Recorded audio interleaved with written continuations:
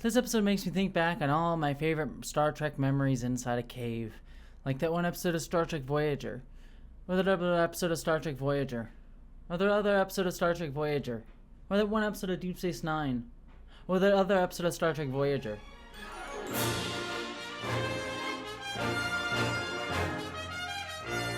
Hello, interwebs! I hope you are all doing well because I am here to review the latest episode of Star Trek Lower Decks, this time Season 4, Episode 8, Caves. Very appropriately titled, I should say. When I saw that title, I was like, alright, I already know what the concept of this episode is because we all know that if you watch Star Trek long enough, they constantly, especially in the 90s, reuse the same cave set over and over and over again. Like, I swear, I don't know if this is true or not. I know they had, like, the Planet Hell soundstage that they often used on the lot for filming Star Trek, but they probably used the same cave set, I think, from, like, Next Generation in the 80s all the way up until at least Voyager and possibly into Enterprise. So it's just the same cave set used over and over and over again, and this episode makes fun of that quite heavily, and like tells a bunch of different vignette stories in the same cave but different caves on different planets. I thought it was just a really clever concept that like plays with the Star Trek trope, but also even deeper beyond just the trope, tells stories about our characters like having relationships outside of the core four that we've had for the past 3-4 seasons, and how they feel about that, and how they're growing apart in some ways, because that's how people grow as people in life. You sometimes you ebb and flow with your friendships in different ways, shapes, or forms based on where you are in your life. And I thought this episode just did a great job of capturing that in a really funny format of just different stories taking place in caves, which I thought was really fun. Again, a very sweet episode and a very Lower Decksian Star Trek episode, just like using a Star Trek trope to tell a uniquely wonderful story about friendship, like just Lower Decks to the core. Or deep in the earth, as they should say. So yeah, I thought this was really sweet, but that has been my spoiler-free review. Let's get into spoilers because part of the fun of this is just discovering the little vignettes that go on here. We start off the episode with our beta shifters going on a research mission together, and I like the setup of they haven't really gone on a mission together because they've been promoted and doing other things and working with other people. They now have to be in charge of missions, right?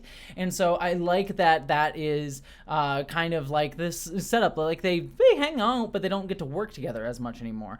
So I like that. And I love that Mariner, when they go down, is like, oh, I hate caves. You're always getting stuck in them, and it goes to what I was saying before, that Star Trek just always has things happen in caves, the same cave. And I love when things start to fall apart and the cave starts to cave in. Mariner's just like, yep, this is what happens. I did not expect any differently.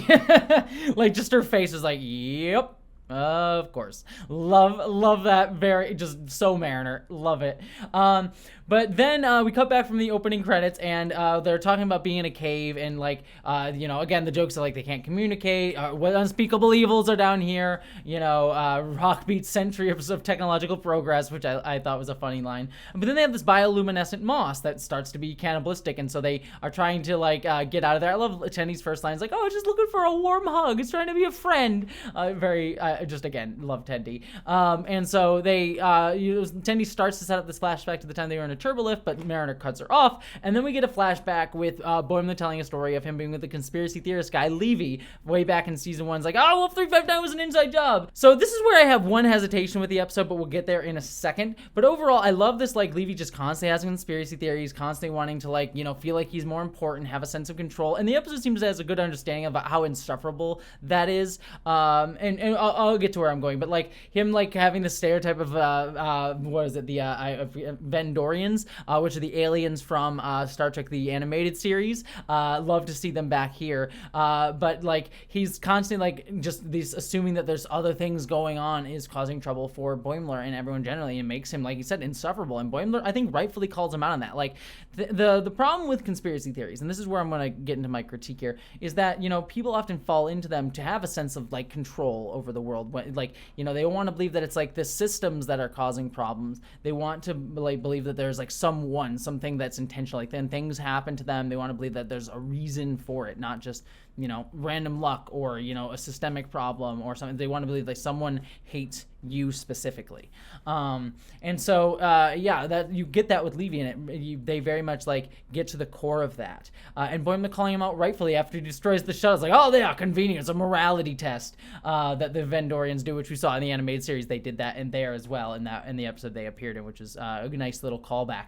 The one thing that I don't like about this episode, because it is revealed that there were actually Vendorians there, and Levy actually knew some things about them, and there's a joke that they like make stuff up on like the forums, which is a clear call. It's like 4chan, 8chan, those sort of things, where conspiracy, QAnon stuff, where those places started. But I don't know how I entirely feel about like the Vendorians being like, oh, he was correct in some way. Like conspiracy theories, I don't know. I always get uncomfortable when you have even episodes like hint at like conspiracy theories being proven true about like a secret cabal of people controlling you. Again, I don't think this episode's leaning into it all that much. And in fact, you can even undercut it a little bit with the Vendorians saying like, hey,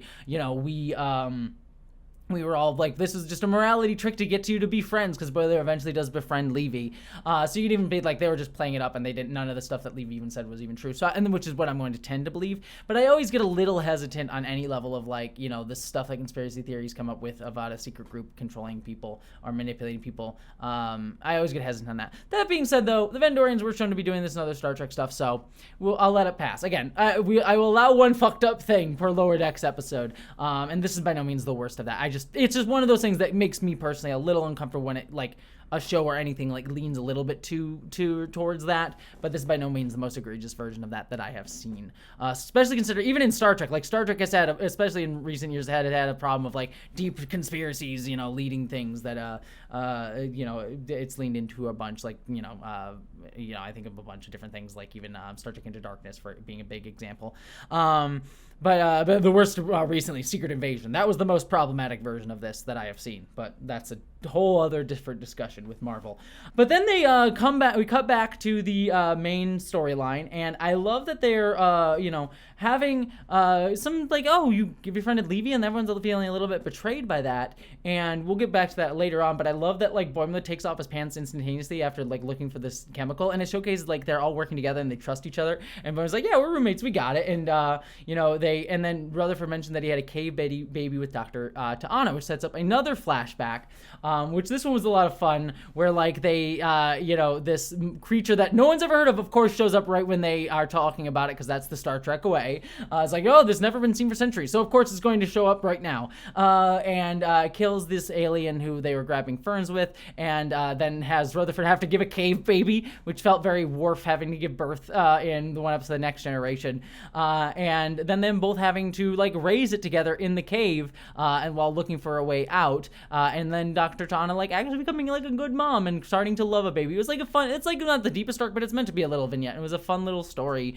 and then they eventually learned to, in true Star Trek fashion, learned to talk with the alien like the Horta, learned how to communicate with it, and just like, oh, just to protect my own baby, and they were able to connect. A very Star Trekian story. I love the like weird like Rutherford having to give birth and bite on this sort of bit. That was all really, really fun. And having to, again, very Star Trek-y in some of the science and the story there.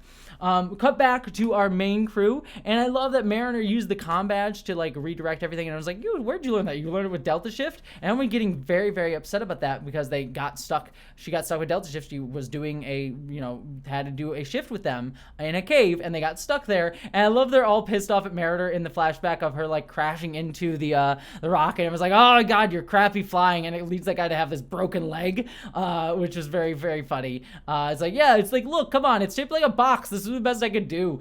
But then they have to like go across this cave, which caused them to age very quickly. And Mariner and the other Delta Shifter, whose name was I'm trying to see if I wrote it down. I thought I did. Apologies, I didn't. I don't know where I put her name. I thought I put it in here. Anyways, I didn't catch her name, so apologies. I'm a terrible person. But they had this argument, and I love that they like connect as like, yeah, we resented you because we never never get the attention because we are always awake at night. No one actually sees them. We don't get time with the captain and go FaceTime. That's like a reality of a situation that I think a lot of people face when they work like night shifts. I worked a night shift for many years. I never really got to see my boss, which sucked because, when it got time for like having to do evaluations, I never got good evaluations. Not bad ones, but never good ones because they didn't actually see my work, which was very frustrating. So yeah, and I like them bonding over that and while they're getting older and like they're breaking legs. And then there was a little bit of body horror, which I think some people may not enjoy, but I thought was funny when the poor Asif had to like crawl his way and his leg like healing in the wrong way. I know some people have a problem with it. I loved it. I thought that was very funny. And then them learning that they could have gone the other way around and just been young that way and just grow a new leg. It's like, can I just grab my leg just to be safe? I thought was so cute and funny and a little dark, but that's the kind of dark humor that I enjoy. I know some people might be turned off by it. But then this brings us back to the modern day where we have the sentient moss starting to surround them. They figure out a way to get out, but they are arguing with each other, being like, hey, how could you be connected with other people? And it goes to like what... again, what I said at the top, like people grow apart over time. That's just what happens in life as you live. And sometimes you just ebb and flow based on where you are, and them forgetting like what drew them to each other in the first place, and feeling kind of I would assume a little bit jealous that they were connecting with other people. Like that's why it's a little of insecurity that they're all feeling that is playing out here in this cave. But then the moss sort of asking Tendi to tell her story, and she finally does, and it's the sweetest story. Like the fact that they get stuck in a turbolift after literally the pilot episode. I love calling back to that episode. They get stuck in a turbolift, and it's not fighting, it's not bickering, they just are friends, and every cutback is just so sweet.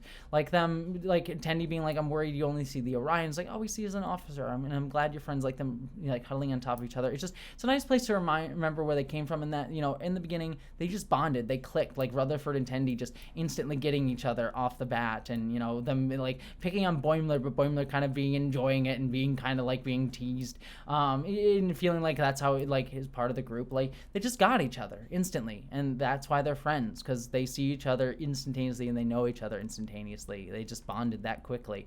And then them being reminded of that through Tendi's story is what solves the problems. Like they remember where they came from and why they care about each other, that they'll always have each other no matter who else they connect with. They always have each other, and that's the sweetest thing, and very lower Dexian, like the most lower Dexian, that they're just friends. And then the Moss being like, hey, tell me another story and you can study me. He's like, I just want a friend. Again, very Star Trek. And then we have the Vendorians like watching this like, oh yes, it was another morality thing. Let them have a few more moments. And it was just a sweet bit to end on. So overall, I thought this was a fun use of this unique format, a fun play on Star Trek caves to tell a bunch of different stories in caves.